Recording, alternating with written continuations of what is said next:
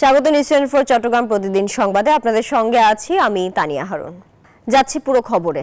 নির্বাচন ব্যবস্থাকে নির্বাসনে পাঠিয়েছিল আওয়ামী লীগ সরকার। চট্টগ্রামে মত বিনিময় সভায় এসব কথা বলেন ইসি সংস্কার কমিশনের প্রধান। জানান কমিশন সকল সংস্কার প্রস্তাব নির্ধারিত সময়ের আগেই জমা দেবে। বলেন আগামী জাতীয় এবং স্থানীয় সহ কোনো নির্বাচনে ইভিএম থাকবে না। আকরাম হোসাইনের রিপোর্ট, ছবি তুলেছেন রতন দাস।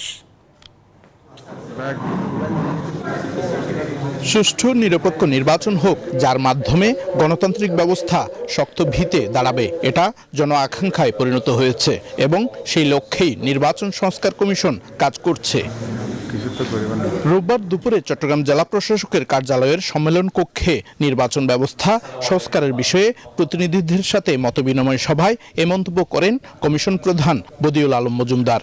বলেন আগামী জাতীয় এবং স্থানীয় সহ কোনো নির্বাচনে ইভিএম থাকবে না। জাতীয়, স্থানীয়, আপার হাউস, লোয়ার হাউস সব নির্বাচন ব্যবস্থাকে নির্বাসনে পাঠিয়েছিল বিগত সরকার। বিভিন্ন দপ্তরের কর্মকর্তারাও চান সুষ্ঠু নিরপেক্ষ নির্বাচন। অতীতের ঘটনার পুনরাবৃত্তি যাতে না ঘটে তার উপর জোর দেন কমিশন প্রধান। আমরা সততার সাথে, নিষ্ঠার সাথে আমরা প্রস্তাবগুলো দেব, তাদের মানুষের কাছ থেকে যা শুনেছি এবং আমাদের যে জ্ঞান বুদ্ধি, আমাদের যে অভিজ্ঞতা বিবেচনা, সেগুলো ব্যবহার করে আমরা কতগুলো প্রস্তাব দেব, কিন্তু বাস্তবায়ন আমাদের দায়িত্ব নয়। তিনি জানান কমিশন সকল সংস্কার প্রস্তাব নির্ধারিত সময়ের আগেই জমা দেবে। নারীর ক্ষমতায়নের বিষয়ে আকরাম হোসাইন, নিউজ 24, চট্টগ্রাম। দুবাই থেকে পাকিস্তানের করাচি হয়ে আসা এমভি ইউয়ান জিয়ান ফাজং নামের কন্টেইনার জাহাজটি পণ্য ভর্তি কন্টেইনার নিয়ে চট্টগ্রাম বন্দরে পৌঁছেছে। কাল থেকে শুরু হবে কন্টেইনার খালাস, রাখা হবে ইয়ার্ডে। পাকিস্তানের সাথে বাংলাদেশের সরাসরি জাহাজ চালু হওয়ায় কমেছে পরিবহন খরচ, আসছে দ্রুত, তাই খুশি আমদানিকারকরা। চট্টগ্রাম বন্দর ঘুরে আবু জাবেদের ছবিতে চট্টগ্রাম থেকে নয়ন বড়ুয়া জয়ের রিপোর্টে থাকছে বিস্তারিত। দেশের ইতিহাসে এমভি ইউয়ান জিয়ান ফাজং প্রথম জাহাজ, যেটি পাকিস্তানের করাচি থেকে সরাসরি চট্টগ্রাম বন্দরে এসেছিল গত 11 নভেম্বর। সেই সময় 328 TUS পণ্য নিয়ে চট্টগ্রাম বন্দরে ভিড়লেও এবার 38 দিনের মাথায় 3 গুণ পণ্য ভর্তি কন্টেনার নিয়ে আবারও বেড়েছে চট্টগ্রাম বন্দরে। জাহাজটিতে থাকা 825 TUS কন্টেনারের মধ্যে 285টি TUS কন্টেনারে পরিশোধিত চিনি, 171 TUS কন্টেনারে ডলোমাইট, 138 TUS কন্টেনারে সোডা অ্যাশ, 46 TUS কন্টেনারে গার্মেন্টস কাপড়ের রোল, 20 TUS কন্টেনারে আখের গুড়, 18 TUS কন্টেনারে আলু এবং 20 TUS কন্টেনারে পুরনো লোহার টুকরা, রেজিন ও কাপড় রয়েছে। ইউয়ান জিয়াং শাহজাহান এই জাহাজটি দুবাই থেকে করাচি হয়ে চট্টগ্রাম বন্দরে এসছে আজ। এই জাহাজটি ইতিপূর্বে আমরা জানেন আরও একবার এসেছিল, তখন আমাদের এখানে প্রায় 370 TUS ছিল মাত্র পণ্য। এইবার সেটা অনেক বেড়েছে। এছাড়া সংযুক্ত আরব আমিরাত থেকে জাহাজটিতে বোঝাই করা কন্টেনারে খেজুর, লুপ অয়েল, মার্বেল পাথর সহ বিভিন্ন পণ্য রয়েছে। স্বভাবতই আমরা 2-1 দিনের মধ্যে এই কন্টেনারগুলো খালাস করব এবং আমাদের ইয়ার্ডে রাখবো।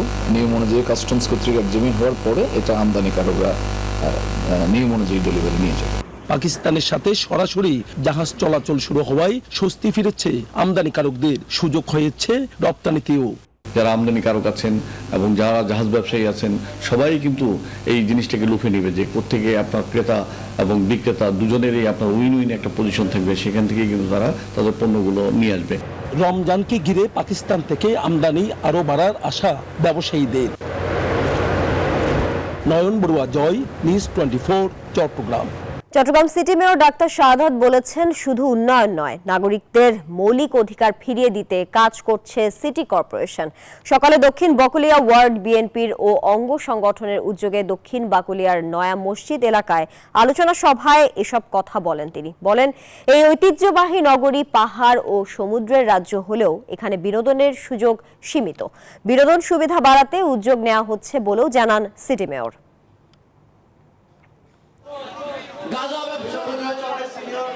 ডেঙ্গু ও কিউলেক্স থেকে জনগণকে বাঁচাতে মশা নিয়ন্ত্রণে জিরো টলারেন্স ঘোষণা দিয়েছেন চট্টগ্রাম সিটি কর্পোরেশনের মেয়র ডাক্তার শাহাদাত হোসেন। সকালে টাইগার পাস চসিক কার্যালয়ে পরিচ্ছন্ন বিভাগের ম্যালেরিয়া ও মশক নিয়ন্ত্রণ শাখার সাথে আয়োজিত মত বিনিময় সভায় এই ঘোষণা দেন। বলেন, মশা নিয়ন্ত্রণে প্রয়োজনে নতুন ঔষধ ও কৌশল খুঁজে বের করা হবে। মশাবাহিত রোগ নিয়ে সাধারণ মানুষের যাতে হাসপাতালে আসতে না হয়, মশার ব্যাপারে জিরো টলারেন্স রাখতে হবে বলেও জানান মেয়র।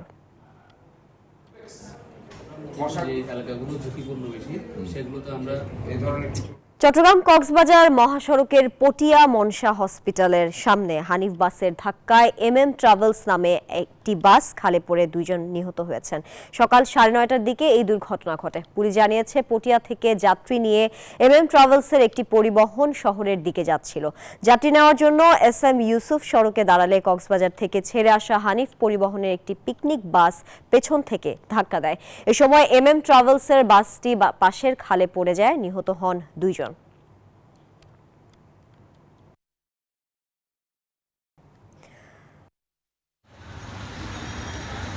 হত্যাকাণ্ডের প্রতিবাদে এবং খুনিদের গ্রেফতার ও সাদপন্থীদের কার্যক্রম নিষিদ্ধের দাবিতে ফেনীতে বিক্ষোভ মিছিল ও প্রতিবাদ সমাবেশ করেছে সম্মিলিত ওলামা মাশায়েখ। দুপুরে শহীদ মিনারের প্রতিবাদ সমাবেশটি অনুষ্ঠিত হয়। সমাবেশ শেষে বিক্ষোভ মিছিল শহরের বিভিন্ন সড়ক প্রদক্ষিণ করে জেলা প্রশাসকের কার্যালয়ের সামনে শেষ হয়। বক্তব্য রাখেন মুফতি নোমান কাশেমি, মাওলানা সাইফুদ্দিন কাশেমি সহ অন্যান্যরা।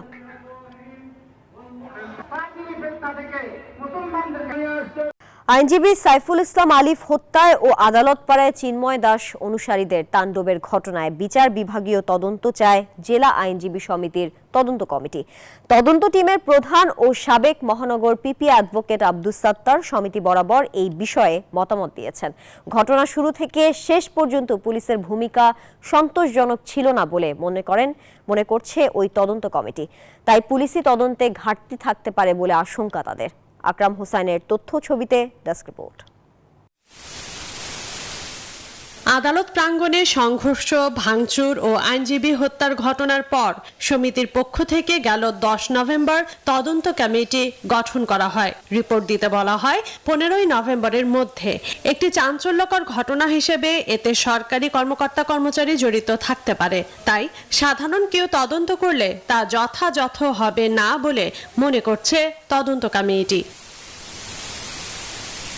একজন জেলা ও দায়রা জজ পদমর্যাদার বিচারক দিয়ে আলোচিত এই ঘটনার সুষ্ঠু তদন্তের সুপারিশ করেছে তদন্ত কমিটি। পাশাপাশি এই কমিটি থেকে পদত্যাগ করেছেন 5 সদস্যের সবাই। পুলিশ একাধিক মামলা তদন্তাধীন থাকা অবস্থায় আইনজীবী কর্তৃক আবার পাল্টা একটা তদন্ত হলে একটা বিতর্ক সৃষ্টি হবে, নিরপেক্ষতা নিয়ে প্রশ্ন হবে, এটা সমীচীন হবে না। এবং এই মামলায় পুলিশ কর্মকর্তারা জড়িত থাকতে পারে, কারণ এখানে একটা রহস্যজনক ভূমিকা পালন করেছে তারা সেদিন। বৈঠক করে এ বিষয়ে পরবর্তী সিদ্ধান্ত জানানো হবে বলে জানিয়েছেন আইনজীবী সমিতির সভাপতি। একটা বিচার বিভাগীয় তদন্ত হলে জিনিসটা শুরু থেকে ঘটনা যেখান থেকে শুরু হয়েছে, অর্থাৎ কোর্ট বিল্ডিং এর চিন্ময় দাসকে আনার পর থেকে সর্বশেষ হত্যাকাণ্ড পর্যন্ত একটা সুষ্ঠু তদন্ত হবে বলে আমার বিশ্বাস। তো আমি মনে করি যে উনি যে সুপারিশগুলো করেছেন, বিশেষ করে বিচার বিভাগীয় তদন্ত, আমরা আইনজীবী সমিতি, আমি ব্যক্তিগতভাবে মনে করি যে এটা একটা বিচার বিভাগীয় তদন্ত হওয়া উচিত। গত 26 নভেম্বর রাষ্ট্রদ্রোহ মামলায় গ্রেপ্তার সম্মিলিত সনাতনী জাগরণ জোটের মুখপাত্র চিন্ময় কৃষ্ণ দাসের জামিন নামঞ্জুর হওয়ায় সংঘর্ষ হয় আদালত প্রাঙ্গণে। এ সময় আইনজীবী সাইফুল ইসলাম আলিফকে পিটিয়ে ও কুপিয়ে হত্যা করা হয়। এ ঘটনায় সাইফুলের বাবা জামাল উদ্দিন বাদী হয়ে 31 জনের নাম উল্লেখ করে হত্যা মামলা করেন। Desk report, news 24। নোয়াখালীকে বিভাগ ঘোষণার দাবিতে মানববন্ধন ও সমাবেশ করেছে শিক্ষক, শিক্ষার্থী সহ বিভিন্ন পেশাজীবী সংগঠনের নেতাকর্মীরা। জেলা প্রশাসক কার্যালয়ের সামনে থেকে সকাল 11:30 থেকে দুপুর 1টা পর্যন্ত এই মানববন্ধন অনুষ্ঠিত হয়। পরে জেলা শহরের মাইজদি প্রধান সড়কে প্রদক্ষিণ শেষে বিশাল র্যালিটি পিটিআই স্কুলের সামনে শেষ হয়। মানববন্ধন সমাবেশে বক্তব্য রাখেন জেলা যুবদলের সাধারণ সম্পাদক নুরুল আমিন খান, বৈষম্য বিরোধী ছাত্র আন্দোলনের সমন্বয়ক ইয়াসিন আরাফাত সহ বিভিন্ন পেশাজীবী মানুষ।